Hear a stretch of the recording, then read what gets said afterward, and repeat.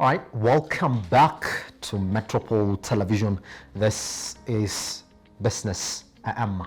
Now, we are at 270 cases, therefore meaning that the numbers continue to rise so far, and the government is still within its unprecedented measures to cushion the economy from this effects of the COVID-19 pandemic.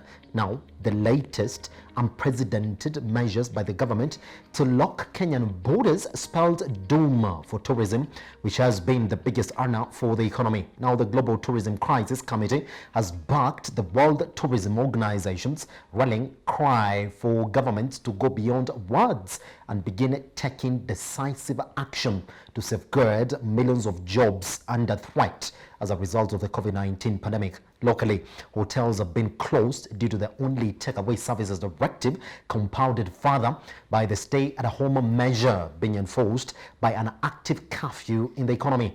In the third meeting of the committee, the tourism agency urged members to increase pressure on the world leaders to rethink tax policies and employee policies relating to the sector and help make sure businesses survive to help drive wider recovery efforts locally. Najib Balala, the CS Tourism, earlier announced a 500 million shillings package for the sector, which has been criticized as not enough to help revitalize the sector for the post-COVID-19 recovery period. Kenya's tourism earnings grew by 3.9% to 163.6 billion as arrivals defied terror threats and global geopolitics to remain above the 2 million mark last year. Now, the earnings improved from the 157.4 billion in 2018, but represents a slower growth compared to the previous year in 2018. Earnings increased by 37.33% as international tourist arrivals crossed the 2 million mark for the first time in history. Now, can the players in the tax force sector or task the government therefore to cushion them further owing to these numbers? And the questions that we're going to put to Obonda this morning therefore is it enough what we've done so far? Good morning. Good morning. Sir. I'm doing okay. How are you doing? Fantastic, man. Lovely to join you at home. Yes, the new normal now. All right. Now, I want to take you back to around March 12th when Najib Balala did announce the 500 million shillings package that he said was supposed to revitalize the tourism sector in the industry. But since then, we have gone through another raft of unprecedented measures that the government has put in place therefore to cushion the economy, the population from the COVID-19 effects, with other economies also closing up to outsider arrivals. Do you think the 500 million is enough, Obanda, owing to the job losses and also the way in which now the economy has shaped itself? Okay, I look at it in two ways.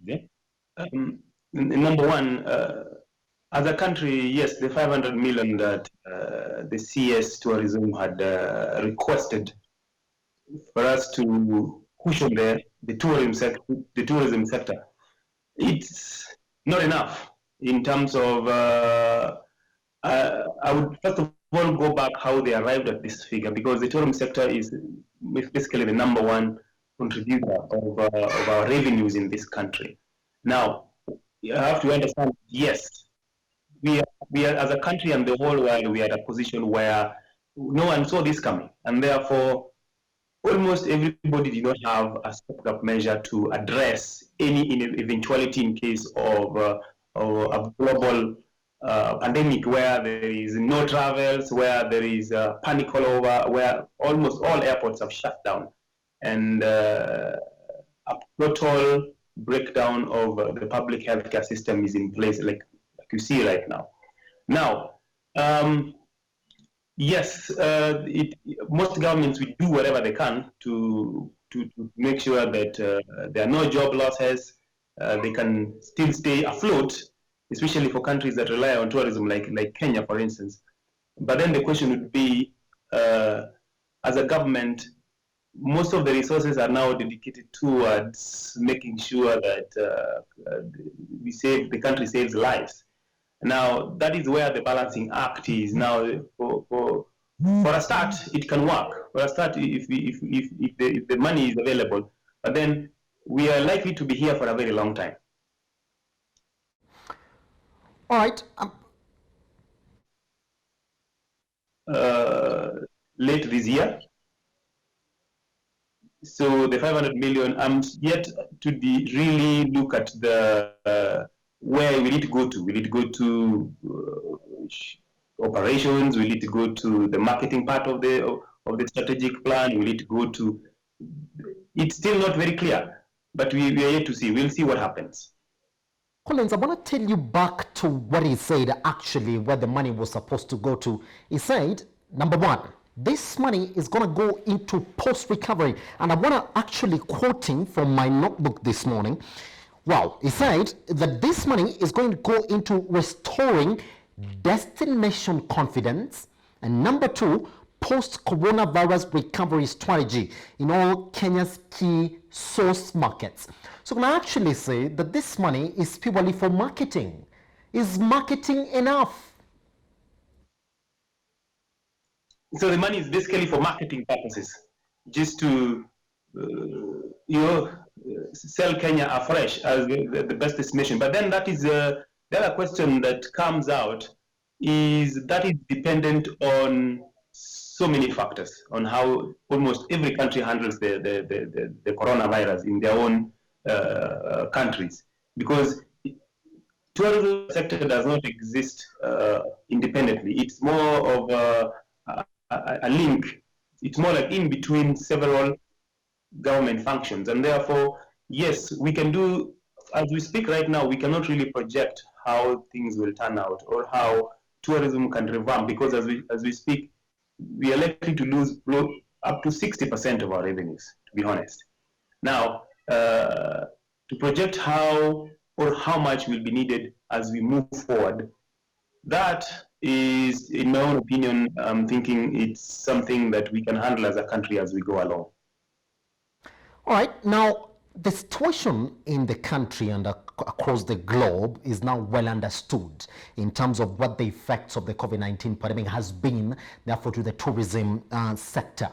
Is it possible, therefore, for the government to look at these specific areas? We do know these hotels. We do know the number of jobs that have been lost. We do know the number of cafes in the country that are closed and have put their workers on unpaid mandatory leave. Is it possible to say, well, can we get some money, just the same way that we got the 500 million shillings, therefore, to pretty much cushion these businesses now? Because we do expect that taxes are going to get paid. We do expect that they have to run it at the end of the day and still be in business post-COVID-19. Is that the best strategy for the government, would you say? Partly, yes, because I do believe that the best strategy would be to do an audit of our expenditure patterns within the same sector.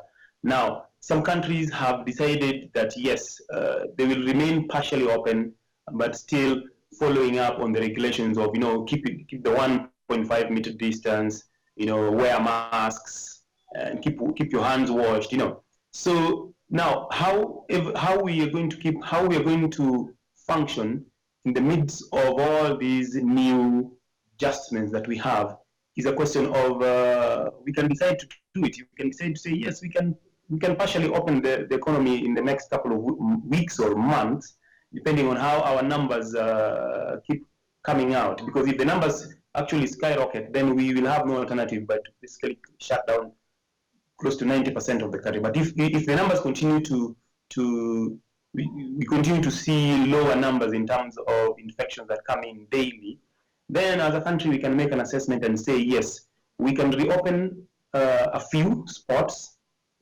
of our sector. But even as we open those few spots, we can also decide that we keep some numbers of staff for these institutions to actually operate, and then still observe the regulations. And then as we do that, then we can reevaluate in a couple of weeks or in a couple of months. And if things open up, then we continue to upscale activities and our marketing budget lines. And when we do that, we also assess how the world is actually handling this situation, because we can open our doors to the country and open this sector of the economy that attracts foreigners, but then the law might be we might be bringing in more people, and we end up going back to the point where we start, and that's basically the risk. I want us to cross over to the next issue this morning. Now, the tea industry, that is the Kenya Tea Sector Lobby, has welcomed the proposed reforms. Elsewhere, a section of players in Kenya's tea industry have welcomed the proposed raft of measures prescribed in the CROP's Tea Industry Regulations 2020 to reform the tea industry. In a statement, the Kenya Tea Sector Lobby has said the proposed regulations will help close loopholes that have exposed the Kenyan tea industry to exploitation by cartels. Now, the lobby says Kenyan tea farmers have particularly welcomed the proposal to have the sale of tea to the export market exclusively done through an electronic auction process that is auditable, removing opaqueness and loopholes experienced in the current trade. Under the proposed rules, all tea buyers shall further pay in full for all teas they win at the auction before they take custody and lift the tea for export, removing instances of collusion. Now, the funds from the sale of the tea at the auction shall be remitted directly to the respective factory accounts within 14 days from the auction date. Factories shall also be required to deposit at least half of the funds for farmers' accounts within 30 days from receipt of proceeds, with the balance being paid as bonus within the same financial year. Now, the publication of the draft rules comes 3 months after President Uhuru Kenyatta ordered the Ministry of Agriculture to institute reforms in how the tea auction is managed in order to improve earnings by tea farmers. Now, what remains unanswered, though, is the 14% VAT, which has been directed to the auctions of all, and the removal of powers from KTDA's table. Why the VAT on the auction if we are cushioning farmers during this pandemic? Now, good now for the tea sector in the country. We are seeing, after the president did address this issue a couple of months ago, now an action has come from the Ministry of Agriculture. So, for comments, what is your view on these latest reforms? I had a review of the new reforms. I think it's a very good. There's a couple of good proposals in there. Most of the important one was for a long time Kenya has been losing a lot of revenue especially because we've been saying we're exporting coffee that is not processed, and therefore we're basically doing 80% of the work, but getting more like 20% of the revenue in the industry.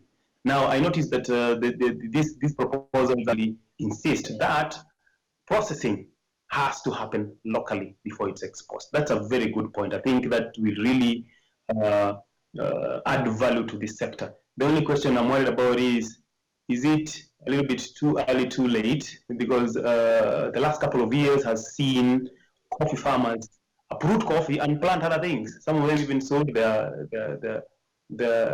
pieces of land to do other things like real estate that was booming in the last couple of years. Now, the other point that I'd like to add is that the new legislation is actually using of coffee purchases from